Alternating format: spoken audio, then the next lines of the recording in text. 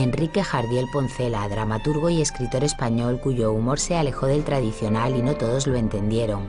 Transgresor y adelantado a su época, imprescindible. Es un autor de esos intuitivos, que es outsider, está al margen de modas, de tendencias, es el mismo. ¡Esquelético! ¡Corre, Elías! ¡Corre! ¡Que se ha ido al campo! ¡Que se nos escapa! Y que para mí es uno de los grandes del teatro español de todos los tiempos. Pepe Villuela le da la voz a Jardiel Poncela en este documental en el que participan amigos, familiares, actores y estudiosos de su figura. ¿Cómo se despertó su vocación literaria? Bueno, mi vocación literaria debió despertarse después de llamarla muchas veces. Nuestras compañeras Talia Martínez y Marisa Paniagua dirigen El Imprescindible de hoy, en el que combinan los testimonios, imágenes de archivo, representaciones teatrales, un encuentro en un café.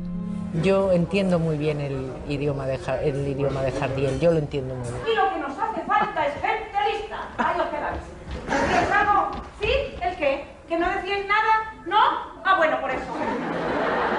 Sus obras, consideradas lindantes con el teatro del absurdo, censuradas en el franquismo y en la República, nos han hecho reír con sus situaciones inverosímiles y sus personajes grotescos. Estudiando a otros, descubres lo que es Jardiel, un precursor y un tío de una inventiva sin límites y un gran investigador del lenguaje. Mi aspiración máxima es ser feliz. Bebió de Chaplin y de los hermanos Marx y dijo frases tan brillantes y ácidas como políticamente incorrectas. No te tomes la vida muy en serio, al fin y al cabo no vas a salir vivo de ella. Jardiel Poncela, imprescindible.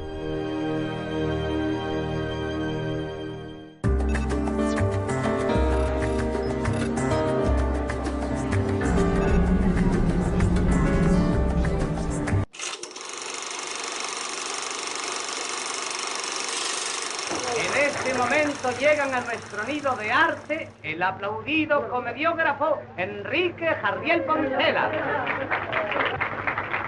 acompañado de la bellísima estrella Marta Flores.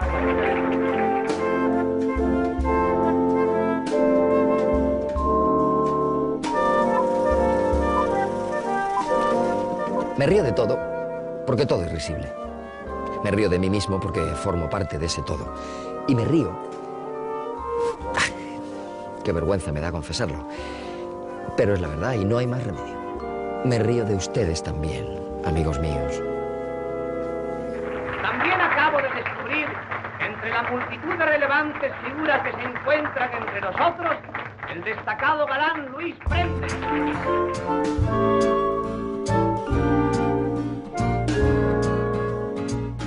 Jardiel Poncela caía bien, porque era un hombre bueno. En aquel tiempo, cuando yo le conocí, a mí me fascinaba.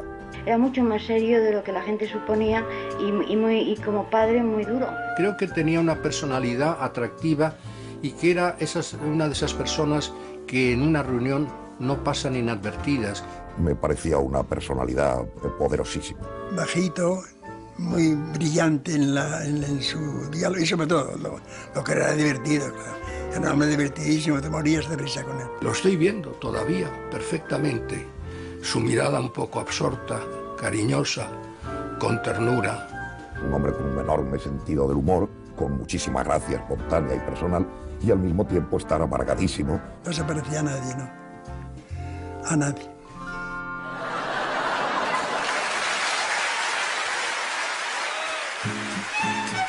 Mi posición es, pues, la de ayer, la de mañana, la de siempre. Risa frente a la verdad. ¿Que el fondo del corazón humano es negro? Risa. ¿Que no hay nada en este mundo, ni lo más puro, que no se doblega al dinero? Risa y risa. Hay que descubrir la verdad, cogerla de improviso, mirarla cara a cara sin pestañear, como miramos la factura del gas a primeros de mes. Y cuando contemplemos aquel semblante repulsivo, entonces a reír hasta hartarse. Ahora mismo sube a verte el doctor Ansúrez. ¿Ansúrez? Ansúrez es un besugo que no sabe ni jota de medicina. Ya verás cómo os dice que lo que tengo es reuma. Desde luego yo creo que el humor es completamente actual. Yo he trabajado en infinidad de funciones de obras de él y el público responde maravillosamente. He visto morir a toda la familia y si Pepe se va a morir, usted comprenderá que no voy a hacer una excepción con Pepe. lo entienden, Bueno, siguen. que si lo entienden muchísimo. ¡Esto es reuma!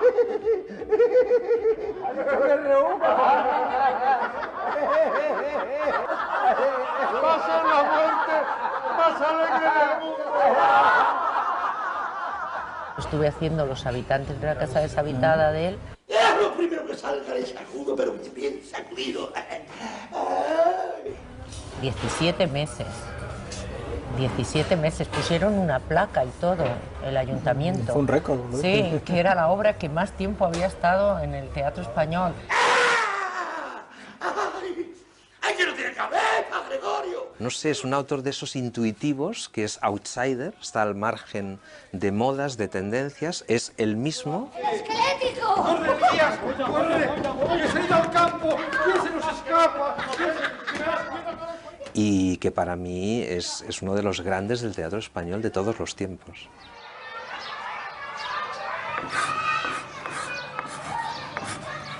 Mi infancia fue una infancia feliz. Hijo de un padre bueno, por afición político, de oficio periodista, informador en las Cortes, fundador del Partido Socialista. Mi temperamento idéntico en cuanto a pasional al paterno, extremado y ardiente. De ahí brota toda mi creación personal. Mi madre artista, inteligente al mismo tiempo que sensible, capaz de hacer compatible la obligación doméstica y la profesional, dirigiendo el hogar sin dejar la pintura. Y uno de mis cuadros favoritos, el titulado Mis muñecos. Y se ve el amor que siente por ellos. Sobre todo la figura de Enrique está maravillosamente captada. Era un niño muy movido, muy inteligente, y la madre siempre tuvo una preocupación por su educación y por su futuro tremendo hasta que se muere. Ella le corregía todo constantemente y yo creo que fue una mujer rígida en la educación de los hijos, porque a las hijas también las inculcó que las mujeres tenían que estudiar y tener una carrera. Tanto el padre como la madre les dieron una educación progresista.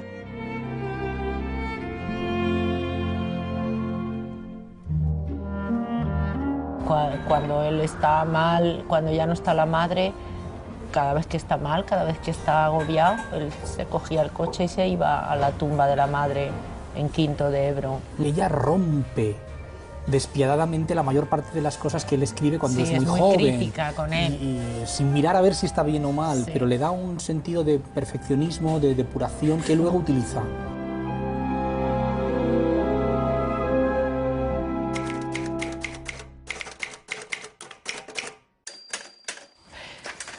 ¿Cómo se despertó su vocación literaria?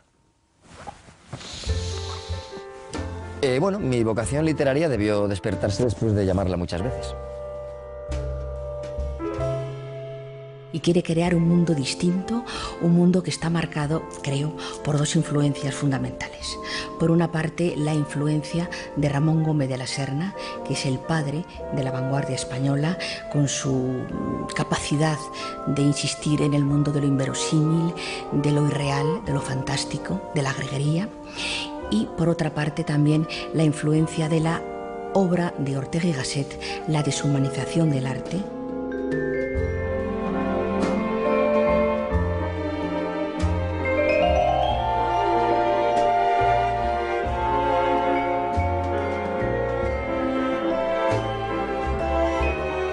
Jardiel coge de Oscar Wilde ese diálogo cínico, ingenioso, moderno, los aforismos que tiene el mundo anglosajón, y de otra también el ambiente de personajes aristocráticos, pero a un tiempo inverosímiles y lógicos.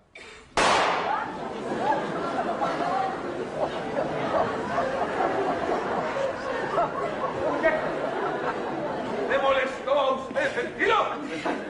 Me produjo más bien una sensación agradable. Escribir es como amar. Primero goce delirante, después goce mecánico y al final sufrimiento. Pero escribir y amar dan una razón y un porqué a nuestra vida. Y por eso se escribe, por eso se ama, a pesar de todo. Yo he hecho soñar al público. La humanidad es vulgar, pero el artista está en la obligación de hacerla soñar. Muy divertido, Jardiel. A mí me parece un comediógrafo de una talla excepcional. Y como dominador de la carpintería teatral, a la altura de los grandes dramaturgos de la época en su momento, a la altura de Pirandello. Releí lo hecho. No me gustó. Lo rompí y volví a empezar. Releí lo empezado, no me gustó, lo rompí y comencé de nuevo. Bueno, estos medios, yo recuerdo cuando lo leí hace muchos años, que tenía 16 años, 17, me escandalizó, me dije, pues coño, qué atrevido, ¿no? Él consideraba que era su mejor novela, sin lugar a dudas. Me entregué de lleno furiosamente a estas 4 tareas: escribir cuartillas, releer lo escrito, torcer el texto, romper cuartillas. La Tournée de Dios es una novela excepcional. Y además aconsejaría leerla en el momento actual, en el planteamiento actual, porque está llena de referencias al mundo cotidiano, es muy moderna, tanto en su tipografía, como en la estructura, como en la ideología, y plantea cuestiones muy patentes en la sociedad actual.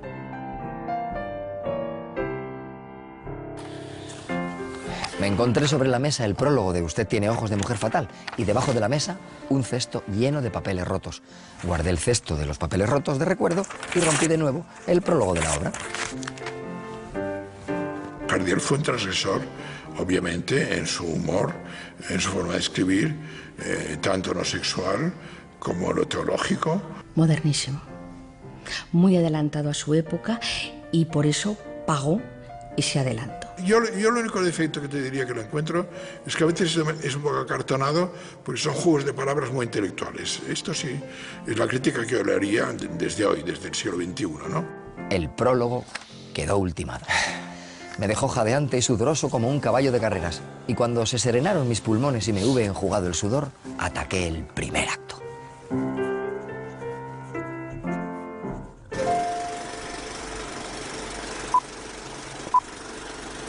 En Hollywood todo el mundo viste como quiere y no hay opinión ajena. En Hollywood se trasnocha como en Madrid y se madruga como en Burgos. En Hollywood trabaja todo el mundo y todo el mundo parece no hacer nada. En Hollywood el amor es gratuito. En Hollywood un criado cuesta 80 veces más caro que la amante más cara. En Hollywood el que no tiene automóvil usa patines. Y Hollywood es una ciudad con una rubia por habitante y una playa para cada 1000. Cuando llega al cine sonoro, Hollywood, que había sido el rey del mambo, el rey del mundo del cine, se encuentra con un problema lingüístico. Hasta el punto hay protestas que en París, concretamente, el público incendió un cine en París porque estaba una película hablada en inglés. Y de parecer se sintieron estafados y prendieron fuego un cine en París. Y en España hubieron rotura de sillas, protestas. Eran producciones muy modestas, estas de producciones Fox para el mercado español. Angelina, ¿a qué te espera? ¡Oye, Germán! ¡Uy, el loro es un tesoro! ¡Y el mono una maravilla! ¡Creo que habla! Salían los actores principales americanos por la puerta del estudio a las 8 de la tarde y allí al fondo, por una puerta lateral pequeñita, entraban los actores españoles con su maletita para rodar por la noche la versión doblada, ¿no? Se aprovechan los planos generales de multitudes y de eso, pero los planos donde la gente habla son los españoles que doblan a los eso, ¿no? Pero es cine de segunda categoría. El mundo americano influye muchísimo en la obra de Jardiel, sobre todo porque América, en esa época, para los escritores de los años 20, era el sueño americano, la fascinación sobre todo del cine de Hollywood, un mundo fantástico, imaginativo, que no existía en España. Entonces, cuando él llega, con Gregorio Martínez Sierra, con Catalina Bárcena, con Ramón Novarro, con Edgar Neville, se siente sumergido y feliz en ese mundo. Conoce a Chaplin, conoce a Cole Porter y todo ese mundo luego va a aflorar en sus obras de teatro. Pero poco a poco, y eso se ve también muy bien en su poesía, Jardiel se va desencantando de Hollywood y de América. Llegan a Hollywood y primero lo que encuentran es que pueden alquilar un chalet con jardín y con piscina y mayordomo. A mí me da un poco la sensación que es un poco de los humildes paletos que llegan a la ciudad dorada.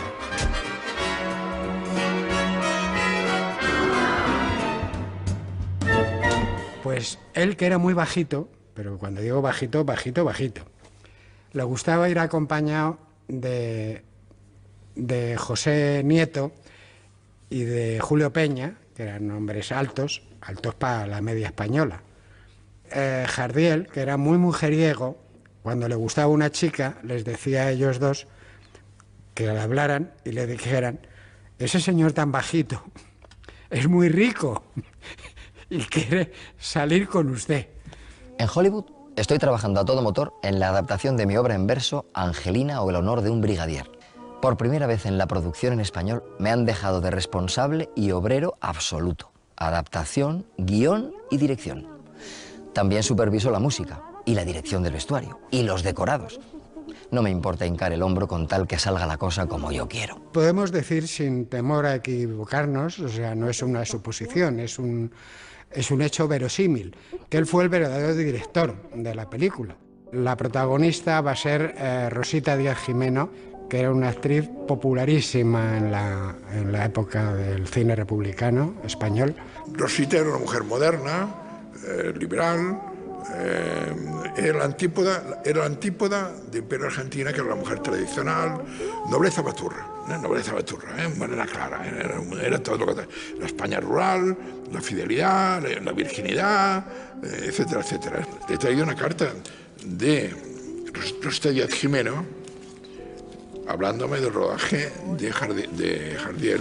La compañía de Javier Poncela era inefable. Su humor fino y maravilloso y su imaginación. Apenas asoma en sus obras escritas por el continuo de su genial sentido de lo cómico y lo alegre de su charla y conversación. Recuerdo que Jardiel rehusó a estudiar los menús en inglés y sistemáticamente, a mediodía y de noche para cenar, pedía ham and eggs and coffee, huevos con jamón y café, durante su visita a los restaurantes durante su estancia en California.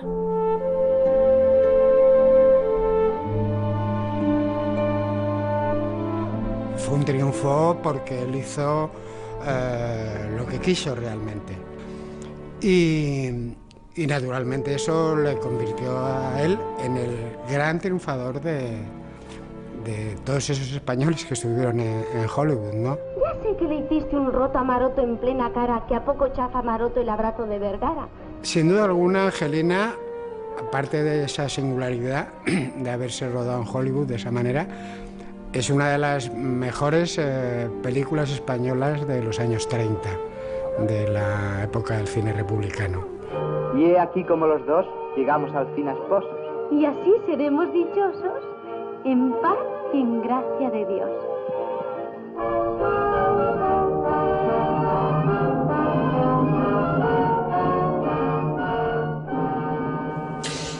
El cine es un reptil perforado que te aprieta entre sus anillos impidiéndote otro movimiento.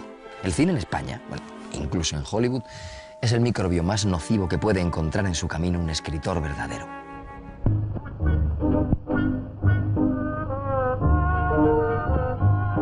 He aquí la primera carta, escrita en un papel con orla de luto y con una pluma de las que se enganchan de vez en cuando en el papel, sembrándolo de gotitas de tinta. Caballero, lo que usted dice en el papel de esta mañana de la habitación esa que necesita está en mi casa. He visto su anuncio y en el acto, sin saber tampoco por qué, he sentido hacia usted una brusca simpatía. Anda, me ha caído un borrón. Perdón.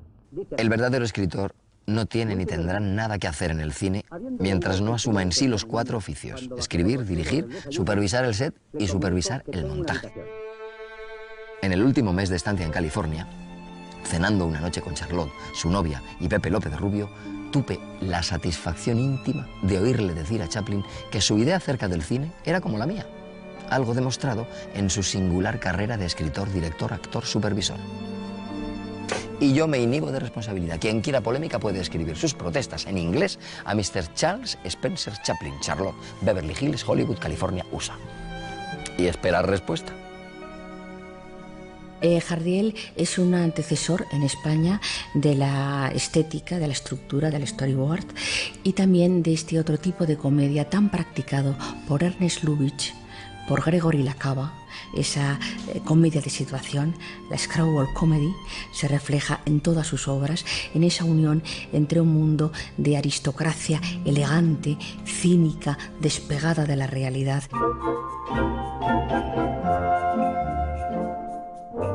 Si tú sabes eso de que fuera amigo de Groucho, es que yo le he oído a mi madre que eran amigos, pero...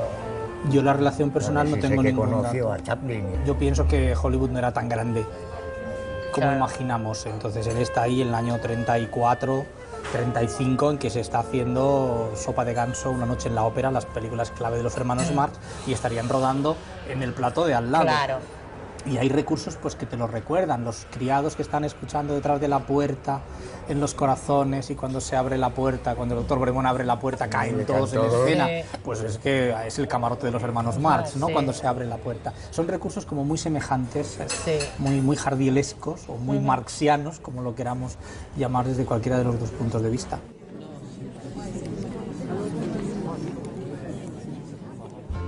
El autor teatral que no es artista se dirige al público existente. El autor teatral que es realmente artista crea para un público que no existe aún. Yo es que no comprendo el teatro sin fantasía. Si la realidad la tenemos a diario en la propia vida, ¿por qué ir a verla en escena? Y cuido mucho los montajes escenográficos, todo con la mayor meticulosidad. El primer actor de mi elenco es la disciplina. La disciplina es la vedette que tiene menos nervios. ¿Cómo se portaba en los días en torno a un estreno de alguna de sus obras? Muy nervioso, no comía nada, adelgazaba muchísimo. Estaba pendiente de todo. Hacía de tramoyista, hacía de luces, de todo lo hacía él, hasta los trucos, todo. Vivía en el teatro y no existía para él nada más que eso. Y él nada, él no se preocupaba para nada de comer ni de nada, adelgazaba mucho. Y estaba muy nervioso y luego generalmente se quedaba afónico. O sea, los nervios le atacaban a la garganta, se quedaba afónico. Esta es. Aguante que se la limpie, que si no se va a poner usted tibio. Así. Y espere a ver si se hunde, porque las hay que fallan.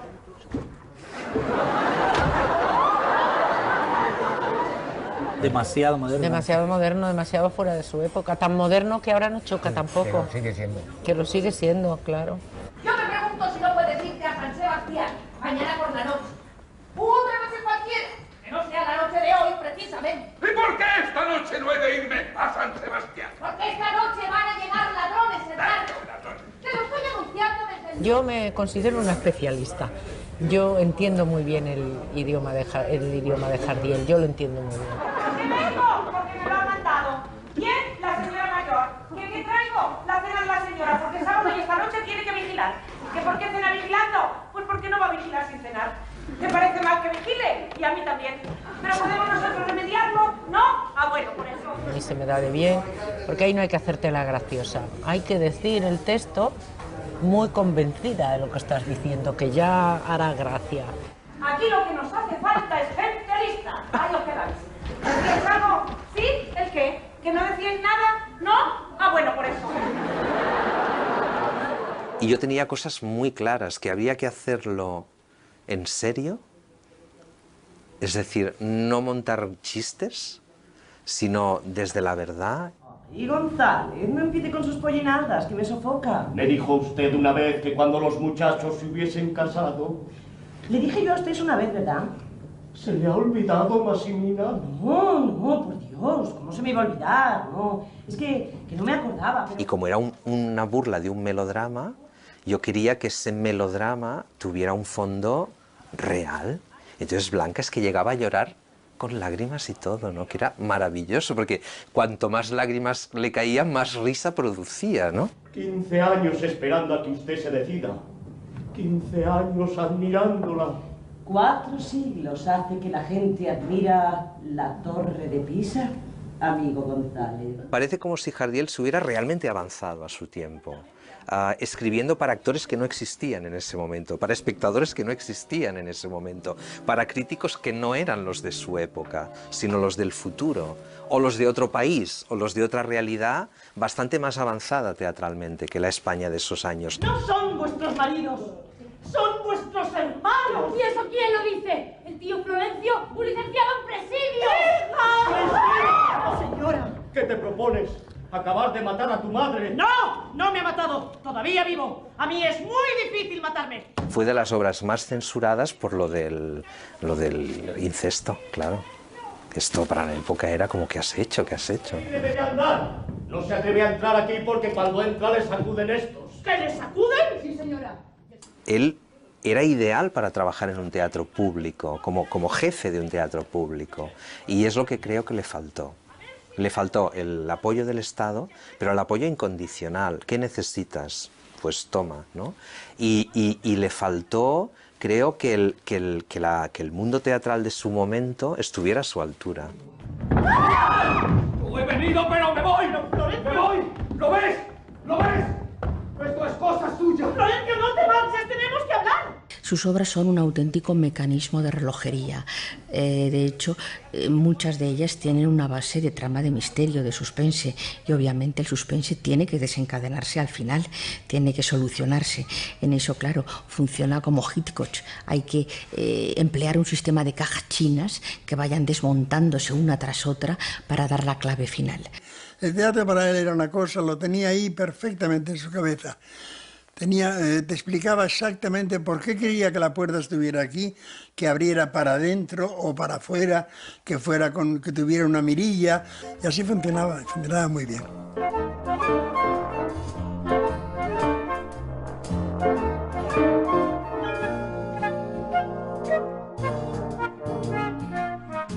Esa idea de un teatro total, esa idea de que el cine hace cosas que el teatro no puede, pero que el teatro debiera poder hacerlo, porque si lo hace el cine debemos hacerlo, pero con un problema grave, lo económico. Jardiel siempre está con esa agonía de que gana dinero, cuando se pone de empresario gana dinero, pero luego lo pierde todo. Y claro, no tiene más remedio que no olvidar lo comercial.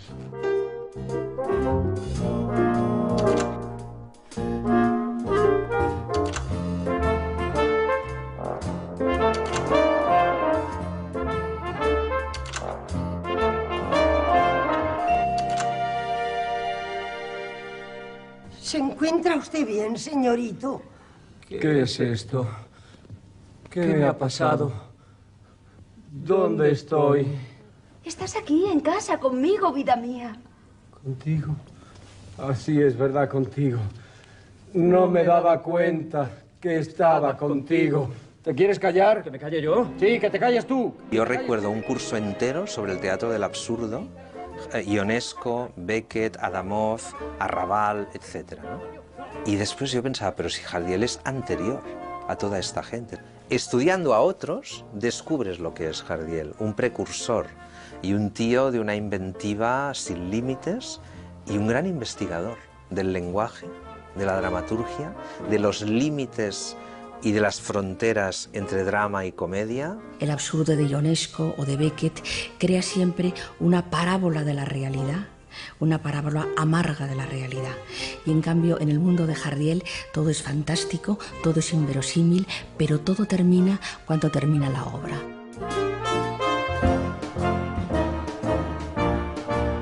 ¡Ya me has hartado, hombre! ¿No me he pegado este imbécil? Y te vuelvo a pegar, borracho.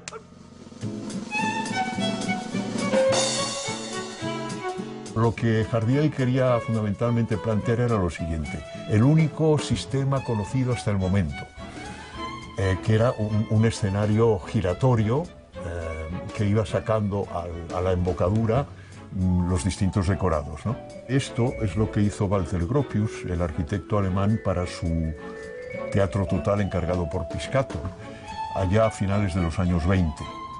Pero no se tradujo este libro, ni se supone que se conocería esta patente hasta posiblemente después del fallecimiento de Jardiel Poncela. Aquí quizá vemos, este es una primera escena, que es lo que está ocurriendo en el escenario, que es lo que ven los espectadores, y aquí vemos ya un poco lo que tiene preparado. El interés de Jardiel por el cine y su estancia en Hollywood le hizo pensar en un teatro con un aire cinematográfico.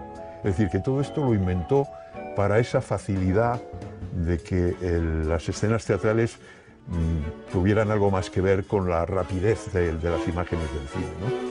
Creo que hubiera sido un proyecto muy caro de realizar y el problema del ruido.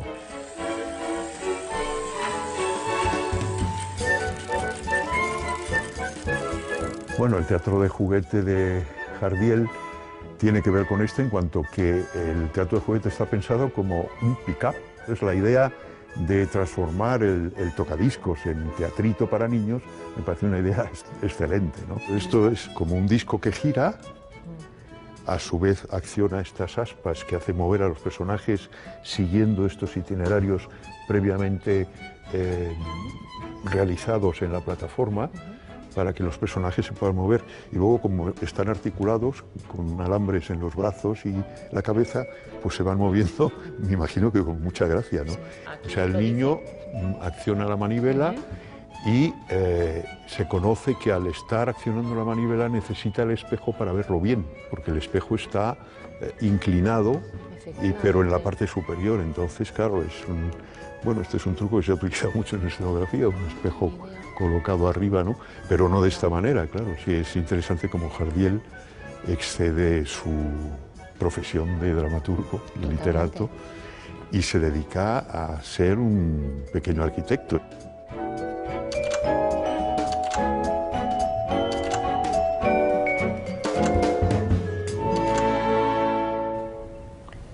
Este es el manuscrito original del guión cinematográfico de Tú y yo somos tres, con un dibujo en la portada. Sí. Ballesteros. Claro, él era un dibujante, igual que era comediógrafo, y con ese humor con el que escribía, dibujaba. Porque la verdad es que este dibujo es extraordinario. Cachondo. Sí, efectivamente. Es un dibujo cachondo. Muy, muy gracioso. Y es, en este folio, por ejemplo, sí. Se ve una banderilla, que es un fragmento de papel sobrepuesto para corregir el texto, y esto es algo que se utilizaba ya en el siglo de oro, fines del siglo XVI, principios del XVII, Lope de Vega y otros autores están empleando exactamente lo mismo, banderillas sobrepuestas con un poquito de adhesivo. Para no tener que tachar. Exactamente. Y que quede más claro.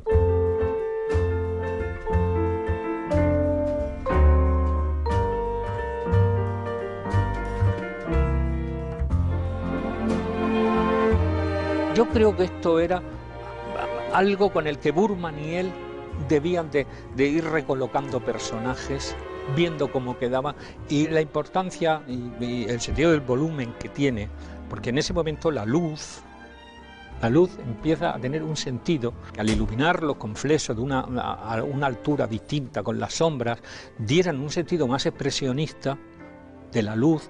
Yo dudo que fueran para iluminar.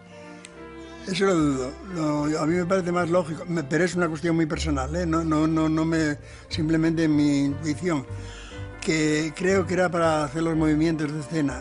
Es que él es un hombre de teatro de pies a cabeza, no solo es un autor, va más allá, ¿no? Es decir, que me lo creo esto de que si tenía un teatrito podía investigar, y esta cosa de la luz y la sombra, y el día y la noche, y lo tiene muy claro, y sí que parece que sea director también, parece que haya un mecanismo en que él haya probado previamente las cosas antes de escribirlas, ¿no?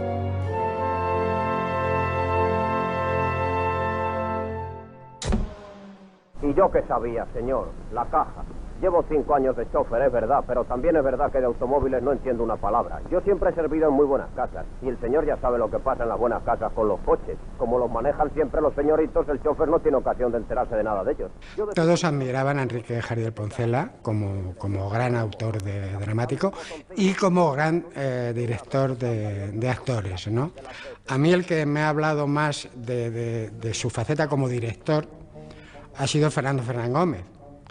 Fernando Gómez es un descubrimiento de Jardiel, ¿no? Y él me ha hablado mucho de cómo era como director, ¿no? Que era asombroso, era un director de teatro, director de actores, estupendo, ¿no? Y magistral.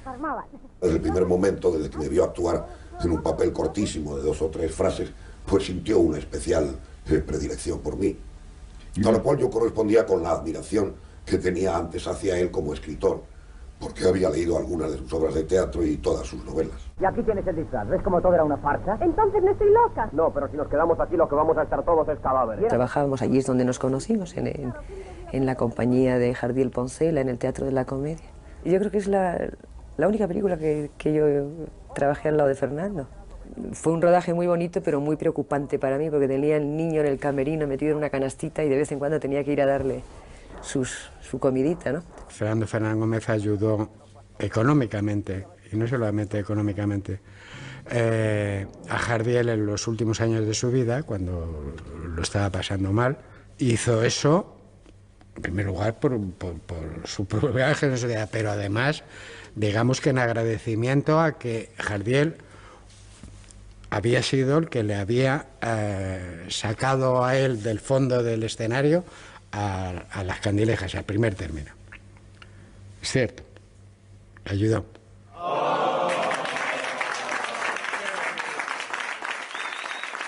Cosas que me persiguen. La crítica. Bueno, confieso que leo las críticas un año después, cuando voy a imprimir la obra. Para entonces la obra ha tenido muchas representaciones y me hace mucha gracia leerlas. Cuanto más duro pegan, más gracia me hace. Cuando fui yo a su casa, él vivía en una casa muy bonita.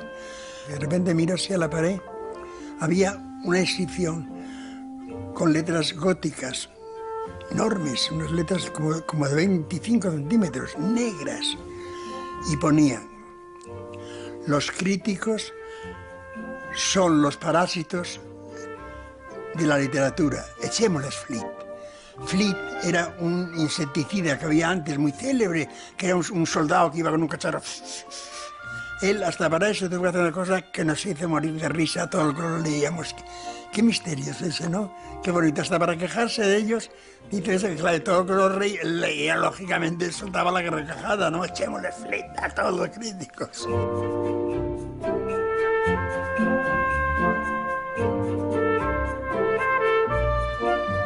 Jardiel decía, el público paga y la crítica pega. A mí me pareció la situación de él al final muy injusta, la crítica muy injusta. Él es muy audaz en los planteamientos iniciales y en cambio los finales falla un poco, pero yo creo que es la culpa de la crítica.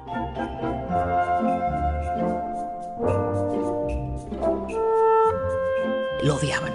Hasta tal punto él se vengaba, era muy cruel, y llegó un momento en el que en el estreno de una de sus obras, la primera fila o la fila donde se iba a colocar el crítico, él hizo clavar a Idea la butaca al revés, pensando que, claro, si él no se iba a enterar de la obra, ¿para qué había que colocar la butaca cara al público? Aquello era inútil. Los críticos no entendieron que este hombre se había avanzado a su tiempo. Le machacaban por cosas que ahora son sus grandes virtudes. Es decir, lo que le atribuían como defectos, a ojos de alguien, de un dramaturgo del siglo XXI, es que son sus logros.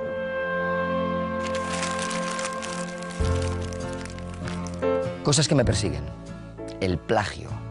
El que plagia roba el pensamiento. O sea, roba trozos del alma. Es el delincuente mayor que la perfidia de Satanás podría idear. Es pura y simplemente un criminal de la peor especie. Solo la horca y el descuartizamiento a la moda medieval sería para el plagiador castigo adecuado.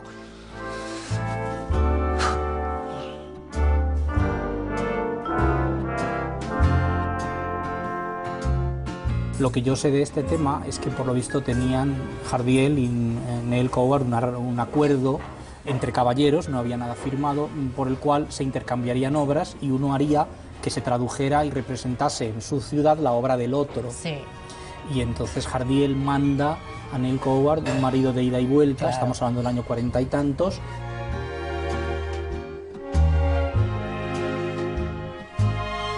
Y Neil Coward, en vez de traducirla al inglés y estrenarla como obra de Jardiel, lo que hace es que la plagia, la refunde y escribe esta obra, Blithe Spirit, un espíritu burlón, que es el mismo argumento, simplemente que el personaje, en vez de el del fantasma, en vez de ser un hombre, es una mujer, pero por lo demás la obra es igual, la presenta como suya.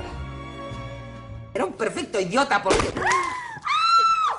Esto está comprendido, señor Díaz. Me voy a hacer visible ahora mismo. Se podría hablar, y lo digo castizamente, de un timo hecho a Enrique Jardiel Poncela. ¡He sido yo! vayas a quedar viudo. A las órdenes del espectro del Señor. Yo no me asusto. Shakespeare no escribió nada original.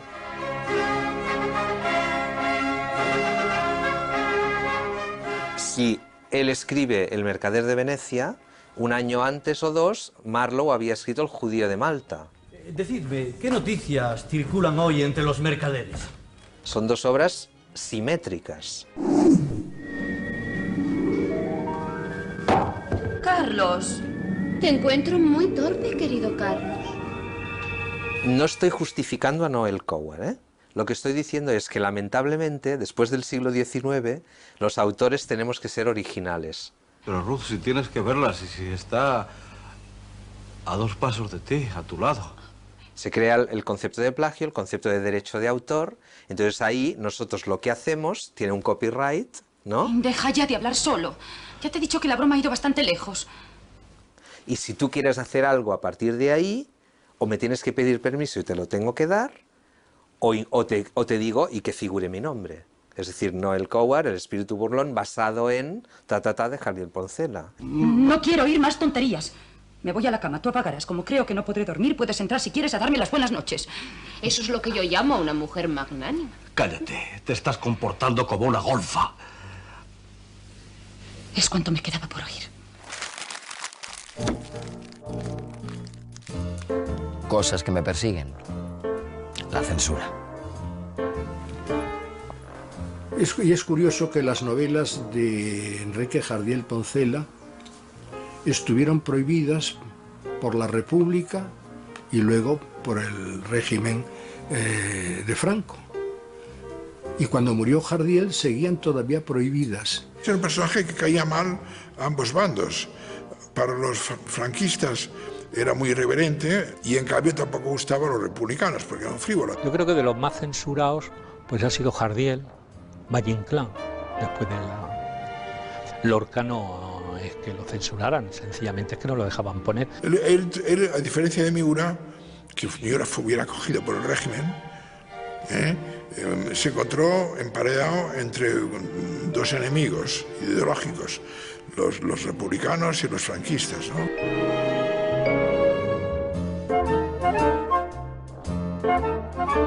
Él estaba mucho más avanzado en ideología y en dobles lecturas, pero los censores no. Yo lo que creo es que ya iban con la espada levantada.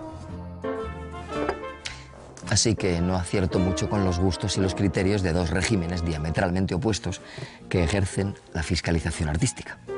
Claro que lo natural sería que la fiscalización artística no se ejerciera bajo ningún régimen, ¿no?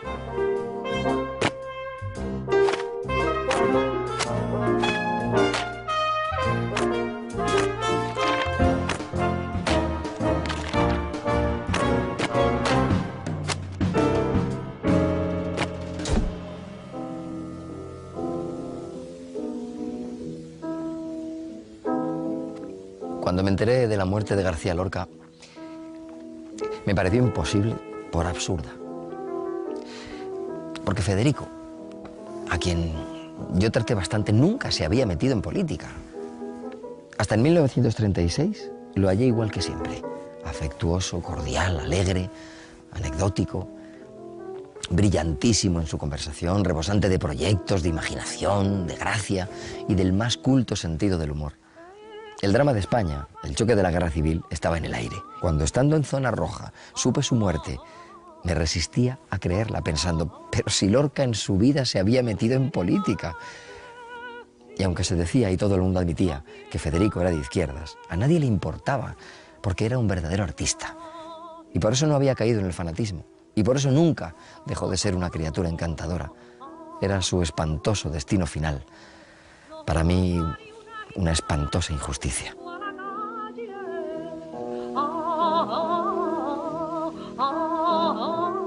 Jardiel Poncela fue detenido, y llevaron incluso a una checa, le interrogaron y tal, lo pasó mal, consiguió escabullirse de aquel problema y fue a Barcelona. Y en Barcelona, por lo visto, el Companys le dio un pasaporte para Argentina. Debo decir que estaba ya en Argentina Ramón Gómez de la Serna. Ramón le presentó a la gente. Él era popular ya por sus obras de novelas y obras de teatro en Argentina. Este niño chiquito no tiene... Y siguieron unos años muy duros, no lo pasamos mal. Aquellos años de la posguerra fueron duros, sí, muy duros. La verdad es que él había llegado tan alto que luego de repente se encontró en una situación rara, incómoda en la posguerra, ¿no? Se había adherido al bando ganador, por decirlo así. Textualmente, la frase era por aristocratismo, lo cual volvería a remitirnos a ese Jardiel orteguiano. Es que le hace un daño terrible el franquismo a él, aunque él asuma que es franquista y que es falangista o lo que sea que fuere, ¿no? Que seguramente no era nada, era para sobrevivir y para seguir trabajando y qué remedios, que si no eras eso no eras nada, te tenías que exiliar, ¿no? Poco a poco él se va desligando cada vez más del entorno político, tampoco tenía grandes contactos con los políticos oficiales del momento, y esa frase que le dice a su hija Eva, en política me he equivocado, creo que es la respuesta exacta a toda la inquietud política del autor.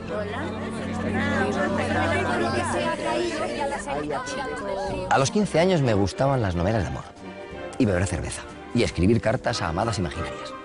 Y en esas novelas aprendí que los hombres que enamoran a las mujeres son altos, morenos, de ojos verdes, artistas, aviadores o toreros, y que las mujeres fatales van en transatlánticos y expresos a Londres o Berlín o la Costa Azul. La abuela Josefina, que no es vuestra abuela, que es la mía, que es la primera mujer con... No se pudo casar con Jardiel porque ya estaba casada y tenía un hijo que se llamaba José Mari. Este es hermano de mi madre, pero a este ya lo dejó abandonado con el padre. Entonces tuvo los amores con Jardiel y tuvo a mi madre. No se puede negar que era una mujer muy independiente, moderna, rarísima en aquella época. No, era un bicho raro. Era un bicho raro en aquella época, claro. El tipo de mujer que podía interesar a Jardiel, ¿no? Claro. Aparte de la atracción que pudiera haber, claro, de tipo sentimental y de tipo erótico, tendría que haber también un contenido intelectual que le atrajera, claro, ¿no? Claro. Creo que colaboraron, incluso ella hizo dibujos para textos. Y él escribía en textos de esos de los periódicos, de las revistas. De Buen Humor, de Gutiérrez. Eso es, en esas había...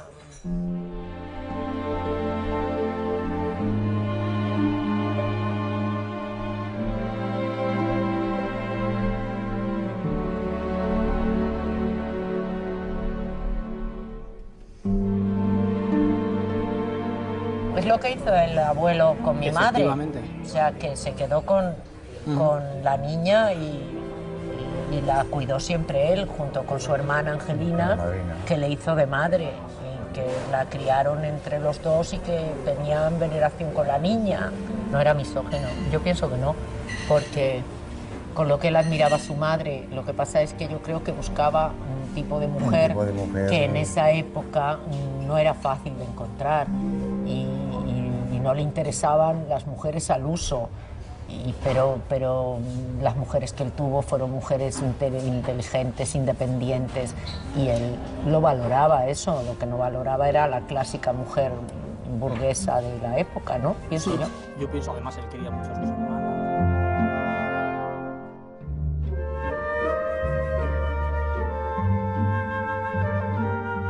Son personajes negativos porque pienso que las mujeres honestas no eran tema literario, no eran interesantes, entonces siempre mejor presentar una mujer muy coqueta o muy extravagante o muy absurda, y eso daba más juego literariamente. Lo absurdo, además, era más gracioso. O sea, cualquier personaje de sus obras yo creo que no podía existir. Y luego él tiene una frase que yo considero crucial de entenderla. Él dice: lo peor que hay en el mundo son las mujeres si se exceptúa a los hombres. Claro. ¿Qué quiere decir? El género humano es malo. El género humano.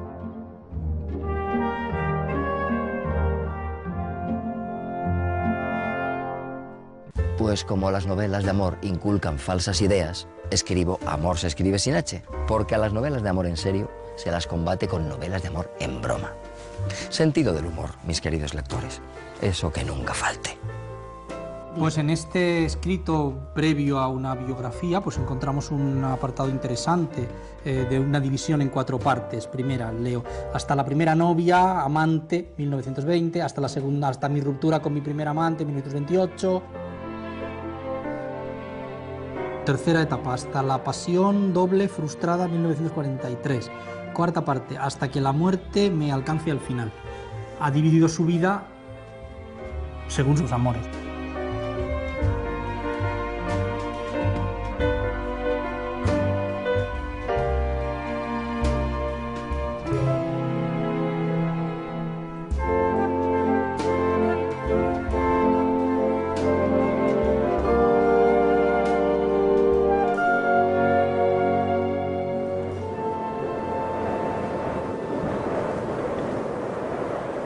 Mi aspiración máxima es... No sé si atreverme a decirlo. Da asco confesarlo. Mi aspiración máxima es ser feliz. Yo creo que él va a Argentina por varios motivos. Primero, porque era muy difícil mantener un éxito tras otro en Madrid. Y él preveía que el cine iba a desplazar un poco al teatro el número de espectadores. Le habían tratado muy bien. Cuando había estado en Argentina durante la guerra, allí toda la intelectualidad le había recibido muy bien y él se consideraba querido, apreciado y valorado en Argentina. Y bueno, pues él por eso se va en esa empresa loca de llevar un montón de gente, Claro, y un montón de baúles, escenografía, un montón de animales, escenografías, coches, sí. que llevó a Argentina. Y no le funcionó tan bien como él quería. Y también pasaron cosas desagradables. Tuvo un desengaño amoroso. También allí le dieron la noticia de la muerte de su padre, a quien él quería mucho. Y cuando fue a Montevideo, pues allí el público reaccionó contra él, le tomaron un poco como representante del régimen.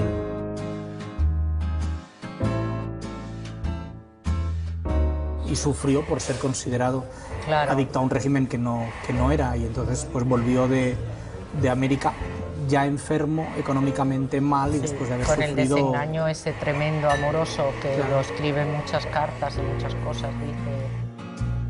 La actriz Carmen Sánchez García de los Ríos, perteneciente hasta ahora a la compañía de comedias de Enrique Jardiel Poncela, declara en esta fecha que voluntariamente resuelve quedarse en Buenos Aires y no regresar a España con la compañía a bordo de vapor. Hubo 3 Cármenes en esa compañía, nuestra abuela, esta Carmina y una más, entonces no sabemos exactamente... Entonces la abuela vuestra se lo pasaría fatal, pobrecita. Sí, sufrió, ¿no? sufrió. Yo entiendo pasar bastante mal, Pobrecita. pero era... No, pero además esto era Vox Populi, toda la compañía sabía de este amorío. hacer y del desengaño, porque él estuvo esperando, dice, hasta el último momento en el barco, esperando que ella llegara y volviera con él, y ella no llegó. O sea, que le dejó y se quedó en Argentina con otra persona, y él estuvo destrozado por eso.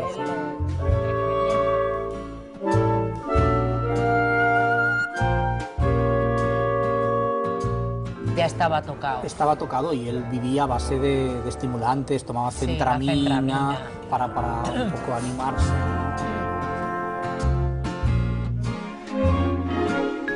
Fueron años adversos. El rechazo del público a algunas de sus obras, la salud que iba fallando. Estamos hablando de un cáncer que en aquella época no tenía ningún tratamiento más que mínimos paliativos. Claro, ¿cuál era el cáncer? Cáncer de laringe, claro. Que tenía desde el año 45. Y es un dato que mucha gente ignora, ¿no? Y esto sí se lo oí comentar a mi padre, cómo Jardiel, lleno de lucidez, de inventiva, de humor, ya muy al final, pues no era ese Jardiel, era otro.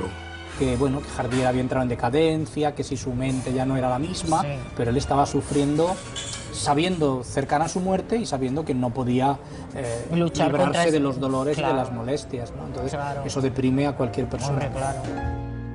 A un hombre que ha triunfado como había triunfado él, es que había llegado arriba del todo, ¿eh? Es que hay que ver lo que era Jardiel Poncela en el año 30 y que acabar con problemas no sé, para comer, para apagar la luz. Si es que fue una cosa terrible al final suyo. Sí. Y de hecho sabía que no se podía hacer nada con su enfermedad. Claro, en su caso sabía que no se podía hacer nada, ¿no? Y él sabía que se moría, porque él a primeros de febrero le dijo al padre de Gustavo Pérez Puig, que era muy amigo de mi padre, le regaló una pitillera. Y entonces el padre de Gustavo le dijo: no, Jardiel, se llamaban de usted, pero eran mi amigos, pues esas amistades antiguas se llamaban de usted hasta el final. No, Jardiel, que a usted le puede gustar, la puede necesitar. Era una pitillera preciosa. Y dijo: no, don José, me muero el 18. El 18 se murió. Y lo dijo a primeros.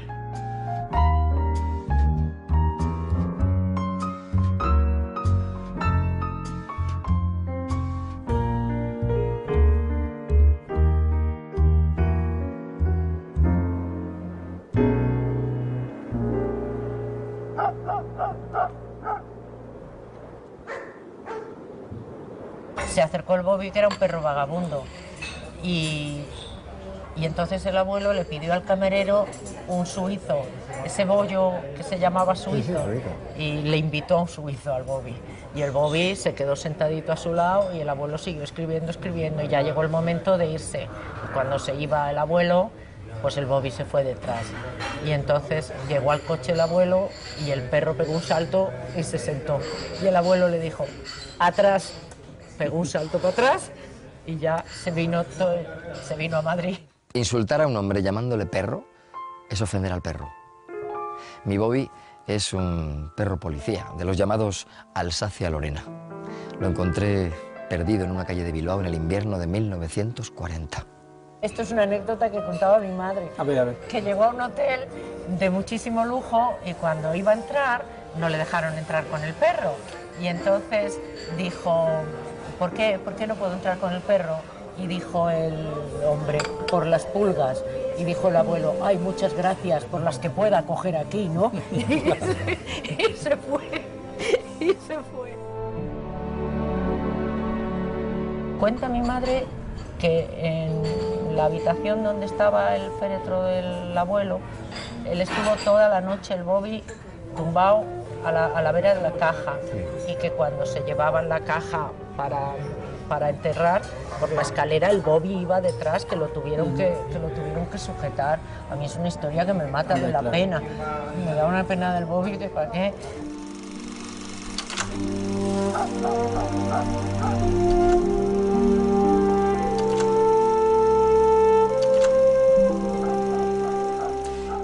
Solo los seres rastreros aman lo vulgar. De poetas, en cambio, es amar lo inverosímil. Lo inverosímil es el sueño. Lo vulgar es el ronquido. Y la humanidad ronca. Por eso, los artistas tenemos la obligación de hacerla soñar.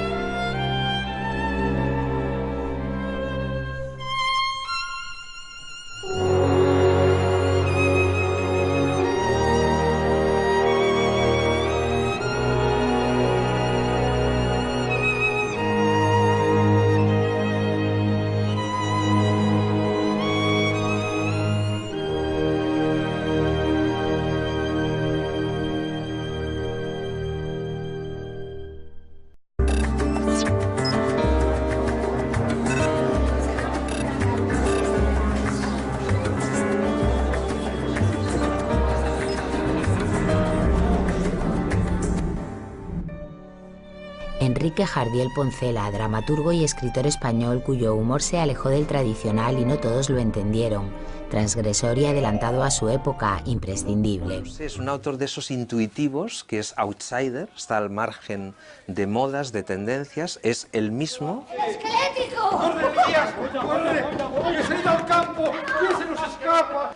y que para mí es uno de los grandes del teatro español de todos los tiempos. Pepe Villuela le da la voz a Jardiel Poncela en este documental en el que participan amigos, familiares, actores y estudiosos de su figura. ¿Cómo se despertó su vocación literaria? Bueno, mi vocación literaria debió despertarse después de llamarla muchas veces. Nuestras compañeras Talia Martínez y Marisa Paniagua dirigen El Imprescindible de hoy, en el que combinan los testimonios, imágenes de archivo, representaciones teatrales, un encuentro en un café. Yo entiendo muy bien el idioma de Jardiel, yo lo entiendo muy bien. Su mirada un poco absorta, cariñosa, con ternura.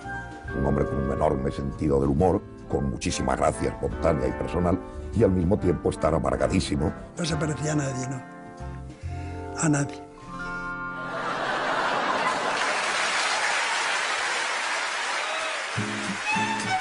Mi posición es, pues, la de ayer, la de mañana, la de siempre. Risa frente a la verdad. ¿Que el fondo del corazón humano es negro? Risa. ¿Que no hay nada en este mundo, ni lo más puro, que no se doblega al dinero? Risa y risa. Hay que descubrir la verdad, cogerla de improviso, mirarla cara a cara sin pestañear, como miramos la factura del gas a primeros de mes. Y cuando contemplemos aquel semblante repulsivo, entonces a reír hasta hartarse. Ahora mismo sube a verte el doctor Ansúrez. Ansúrez es un besugo que no sabe ni jota de medicina. Ya verás cómo os dice que lo que tengo es reuma. Desde luego yo creo que el humor es completamente actual. Yo he trabajado en infinidad de funciones de obras de él y el público responde maravillosamente. He visto morir a toda la familia y si Pepe se va a morir, usted comprenderá que no voy a hacer una excepción con Pepe. Lo entienden, bueno, siguen. Que sí lo entienden muchísimo. ¡Esto es reuma! ¡Esto es reuma! ¡Va a ser la muerte más alegre del mundo! Estuve haciendo Los habitantes de la casa deshabitada de él. Lo primero que salga es sacudo, pero bien sacudido. 17 meses. 17 meses, pusieron una placa y todo, el ayuntamiento. Fue un récord, ¿no? Sí, que era la obra que más tiempo había estado en el teatro español. ¡Ay, que no tiene cabeza, Gregorio! No sé, es un autor de esos intuitivos, que es outsider, está al margen de modas, de tendencias, es el mismo. ¡El esquelético! ¡Corre, Elías! ¡Corre! ¡Que se ha ido al campo! ¡Que se nos escapa!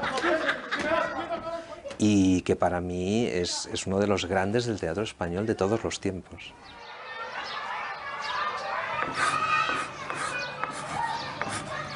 Mi infancia fue una infancia feliz. Hijo de un padre bueno, por afición político, de oficio periodista, informador en las Cortes, fundador... Marta Flores.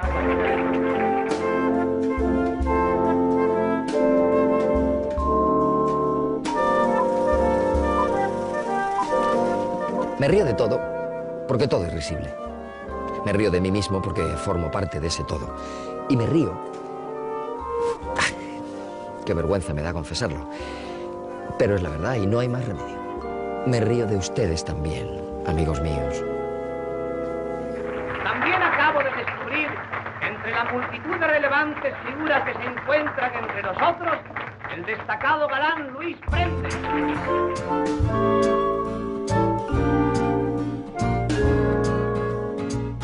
Jardiel Poncela caía bien, porque era un hombre bueno. En aquel tiempo, cuando yo le conocí, a mí me fascinaba. Era mucho más serio de lo que la gente suponía y como padre muy duro. Creo que tenía una personalidad atractiva y que era una de esas personas que en una reunión no pasan inadvertidas. Me parecía una personalidad poderosísima. Bajito, muy brillante en su diálogo y sobre todo lo que era divertido, claro. Era un hombre divertidísimo, te morías de risa con él. Lo estoy viendo todavía perfectamente. Y lo que nos hace falta es gente lista. Ahí os quedáis. ¿Sí? ¿El qué? ¿Que no decíais nada? ¿No? Ah, bueno, por eso. Sus obras, consideradas lindantes con el teatro del absurdo, censuradas en el franquismo y en la República, nos han hecho reír con sus situaciones inverosímiles y sus personajes grotescos. Estudiando a otros, descubres lo que es Jardiel, un precursor y un tío de una inventiva sin límites y un gran investigador del lenguaje. Mi aspiración máxima es ser feliz.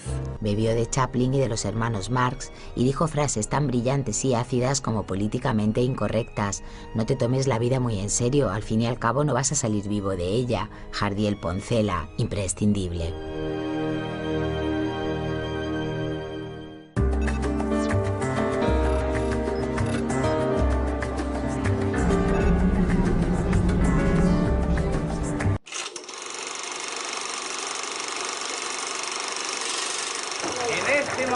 Llegan a nuestro nido de arte el aplaudido comediógrafo Enrique Jardiel Poncela,